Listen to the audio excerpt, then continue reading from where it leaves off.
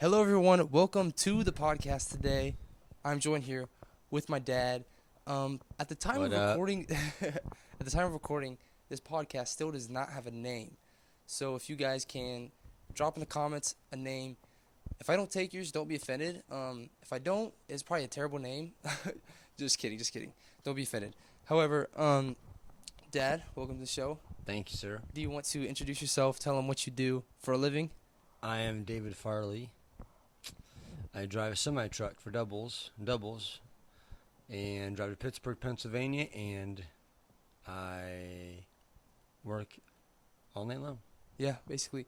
If you guys were unclear about he works for doubles, that means he hauls I pull doubles. two trailers. Two trailers and a tractor. Yeah, if that was unclear, just in case you know.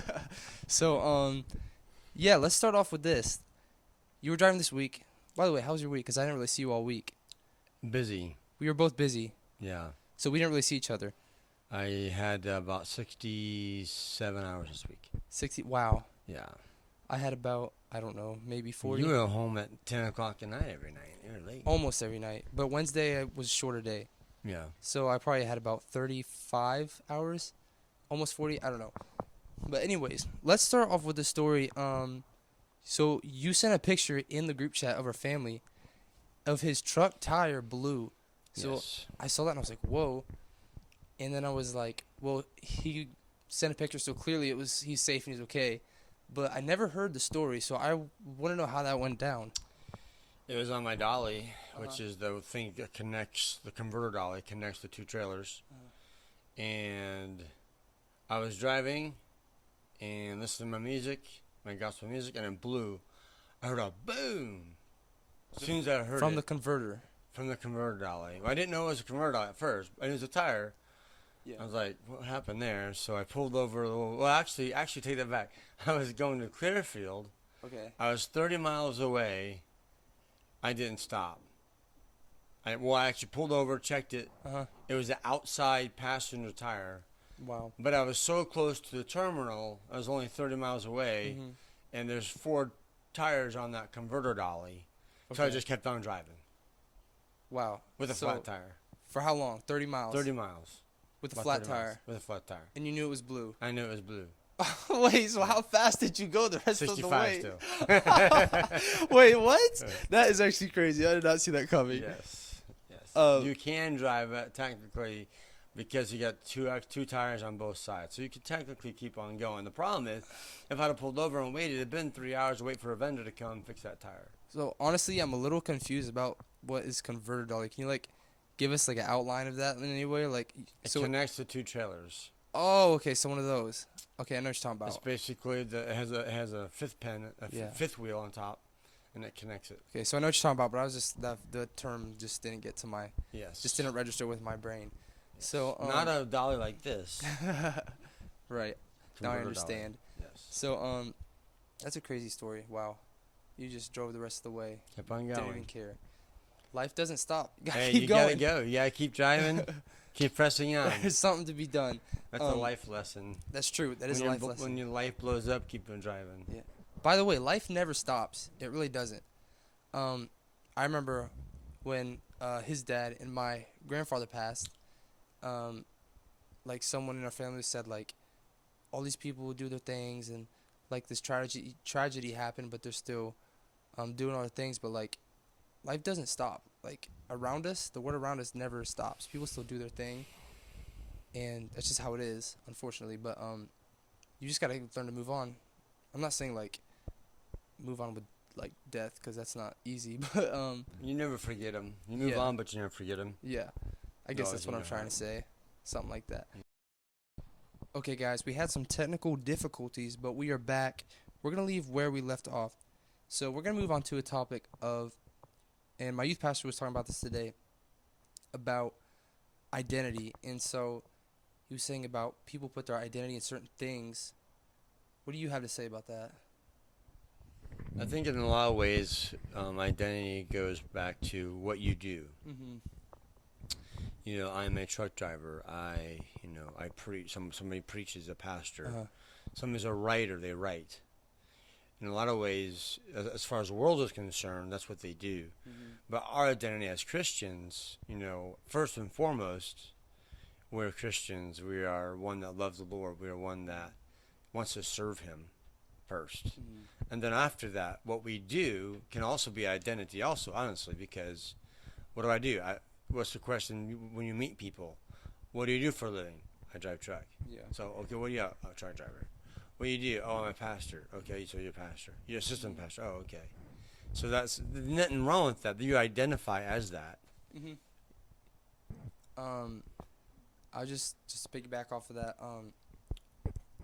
I think it's important that we put our identity in the right thing. I think our identity and influence goes along, because what we identify in can often be determined by what influences us around us.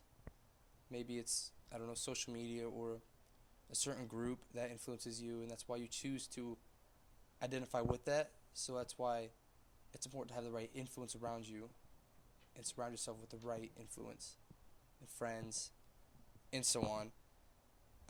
That can just certainly dictate and influence you in that direction for sure, to identify, because peer pressure for one could be peer pressure, it could be other things where you want to be fit in, be part of the group. So I'm going to identify with a group, although I may not technically like to be identified with a certain group. But you're around them constantly, and so people assume that you identify with them, and in a way you do, right? In a way you do, because you're with them. Yeah. So A lot of times people get thrown in jail because they happen to be with somebody that robbed the bank. even if they didn't actually. Oh, I wasn't driving. I wasn't robbing the bank. I was driving. Well, you're part of it. Yeah, you're still an accomplice. Yeah, that's funny. So he would be considered as a bank robber because he was around those people. Mm-hmm. Yeah, that makes perfect sense. Yeah, it was just really interesting because he was saying that it just this morning on the way to church, he was just thinking about it, and just kind of the Lord hit him with it. And it really is important to have your identity as Christians in Christ, and as the world, like, you're gonna have your identity in so many different things. Before you come to Jesus, your identity will be in whatever it is.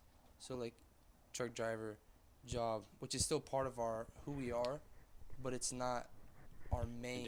It doesn't define us. It doesn't define us completely. That's not 100% who we are, and it shouldn't be.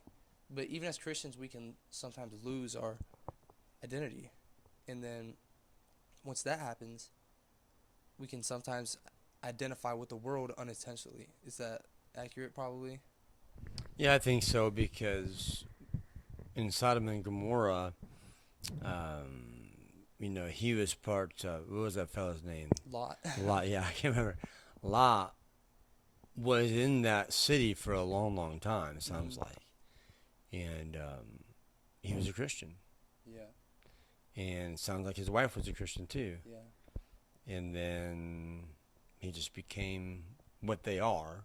Yeah.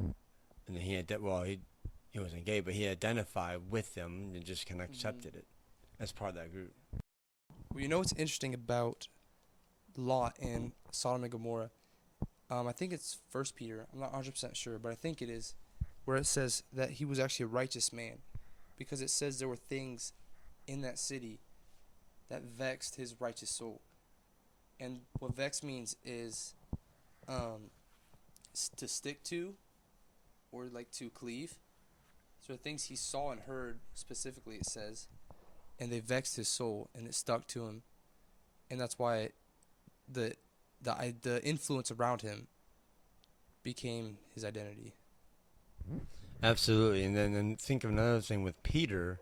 He was trying to fit in around the fire and just kind of hanging out with everybody, maybe talking to people perhaps, and then warming his hands by the fire, and somebody said, "Hey, I think I recognize you." And he didn't want to be identified with Christ.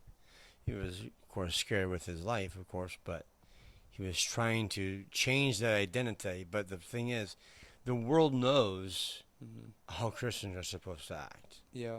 The bottom line is they see a Christian and they know what a Christian should do, but they also know what a Christian should not do. That's true. Now that you mentioned that story, another thing I'll say, um, whenever Peter didn't want to be identified with Christ and he wanted to fit in, he cussed. Yeah. And there's a lot of Christians that I cuss. don't know any cuss words. You don't, you know My all wife of them. tells me all of them. But no, there's a lot of Christians that do cuss, and they think it's okay. But like, I don't know. I just feel like it shouldn't be like that because you're setting. I feel like you're setting yourself apart from God and more so to the world instead of separating yourself to God from the world, which is what we're called to do. And First Peter says, "Be ye holy, for I am holy." That's what God said. He said that in Exodus, and so that's why I think when we cuss, like Christians, I think it's okay to cuss. Like you're showing the example, and you're showing that you're not part of, you're not with Christ. That's kind of what you're showing the world, even if that's not your intention. It's just kind of how it is. I feel like, you know. Yeah. What's crazy is I'm thinking of the verse that says, God knows what we're going to say before we say it. Really, I don't know if I read that one. It's in there. That's in the vernacular, but basically it says he knows our speech before we say it. Sure he does. And then of course it talks about edifying. Use speech to the edifying Yeah. to each other and raising up and not tearing down. Yeah. Ephesians 4:29 says, "Let no corrupt communication proceed out of your mouth, but that which is good to the use of edifying, that it may minister grace unto the hearers." Yeah, grace unto the hearers is huge. Yeah. If you can is. edify each other in grace and not talk down to each other, and not just about cussing either, really. It's just about For sure. it's about putting each other down. No, in jest is one thing, but if you're constantly putting somebody down and constantly trying to raise yourself up by tearing them down, that's not good. I think that's definitely an issue. What's our next point? So, this past week, I worked with someone from church who's only a year older with me, and he'll probably see this recording. And so, he's been painting for, I don't know, 10 years, maybe more, and he's pretty good at it. It's not his favorite thing, but he's really good at it. And so, he's also been painting with this guy, another guy in our church who is 30-something, has a family, has, 3 kids.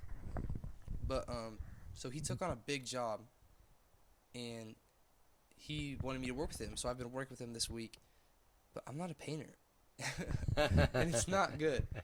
And what's even worse is I'm slow, so I'm slowing him down. I'm trying not to, but I'm still slow. So I've also made a couple oopsies. The worst one. I don't know if you heard about this. I have not heard of anything. I haven't seen you all week. You haven't heard of oopsie. So Thursday, what happened was I was on the roof painting, and you know those handheld paint buckets? It has like a magnet for the brush and a spot for roller. Okay, so I was up there because there was some trim that we were painting. I was rolling and brushing, and then there was like a higher spot on the roof that was a little flatter. So there was also a down-spot on top of the roof I was going to remove. So I was going to go down to get the drill. So I set this paint bucket down, but I sat next to it. Listen. I sat next to it for about 30 seconds to make sure it wasn't going to move. So I watched it. It didn't move. I left. I grabbed my brush to touch something up, and I just heard like a clonk. I just heard a sound, and I knew exactly what it was, and I was freaking out. So I picked it up. I went and got some rags, but that was enough. It was like a bunch of paint. So then I ran, sprayed it around, got the garden hose, brought it. It was on the other side of the house, so I brought it and threw it over top of the roof, sprayed everything. It was not a good situation. It doesn't sound like was it on top of the roof, and did it come out or no? So yeah, it was on the roof. Most of it came out because it was like thick, so it wasn't drying. But there were still some spots that like were by itself, kind of away from the most of it, and they dried up a little bit. It's not the most noticeable from the ground, but it's really, really bad. Not good. Like, it's not good. And, yeah, it was bad. I was really, like... So what are you going to do? What do you have left we're going to do this week with that house? Okay, so tomorrow we're hoping to finish it up. and we should finish tomorrow. That's the plan. If it doesn't, then that's gonna be really bad because he's already lost money on this project. So we should finish tomorrow night, and we have to get this ladder. It's a really tall ladder. So there's this ladder we rented from Home Depot. It was probably 20 foot unextended, but we had this on top of my 1996 Ford Ranger. So we had to buy rope, strap it down. It was kind of sketchy. I'll show you a picture, and I would put it on if there was video for this. Did it stay on the truck? It stayed on, but it was a little sketchy. Oh, that's a long one. Yeah, it was pretty. That's a long ladder. It was 20 it foot. was over top the windshield and extending out the back. So like if I would have braked too hard. Oh yeah. So I was going like speed limit pretty much on the highway.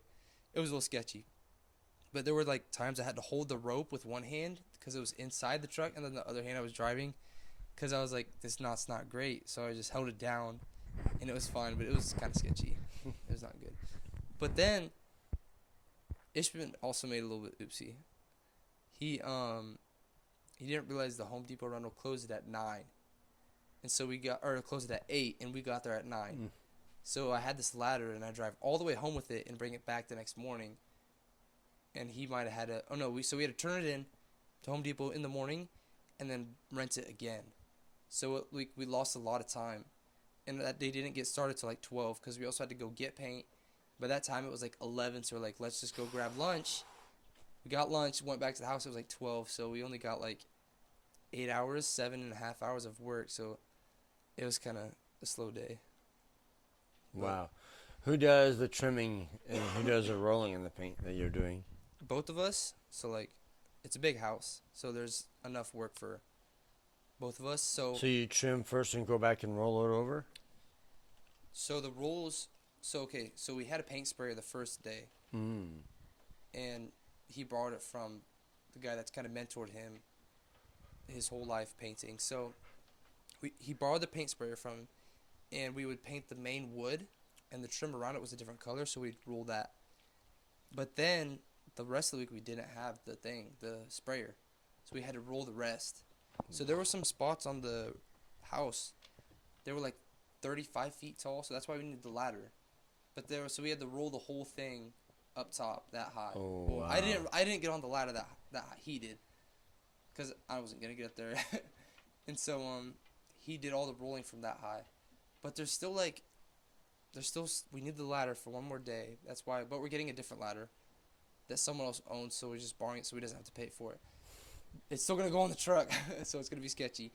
But there's still a really tall like downspout, so it's like super long from the corner of the roof, and then it comes down, and it's like a 90-degree elbow, and then goes back down to the ground. But it's in the corner of this house where there's like a really big bush and a tree kind of, so it's like not gonna fit well, and it's gonna be really hard to get the ladder in there and to actually reach the spot. So that's crazy. Yeah. That's up there. But we need to finish tomorrow. And if not, then there should be enough work where I don't have to come back Tuesday. Nice. But hopefully we get done tomorrow. Sounds like fun. It's going to be something. But I don't really like painting because I'm bad at it. I don't know. I wish I could go faster. I'm not sure how. It just takes time. Painting is a technique. It's a skill. A lot of people think, I can just grab a brush and keep on going. No, it's more than that. It's just a skill. Yeah, you gotta have an eye for it. You gotta have an eye for it. That's true. But the more you do it, the better you get. Yeah, and the guy I'm working with, definitely has the eye for it and the hand for it. And the guy that's mentored him, when they work together, they're quick. And the guy that's been mentoring the guy I've been working for, it's getting confusing. Maybe I should just say their names, but they're really fast, and he's really fast, and they're fast together, so they can knock out a lot. So yeah, but I'm not trying to be a painter my whole life. So yeah. But anyways, do you have anything else you'd like to say? I think that's it. Thank you. Well, thank you for joining. Appreciate it. And you guys, I need a name for this podcast, so give me some ideas, drop them down, and peace.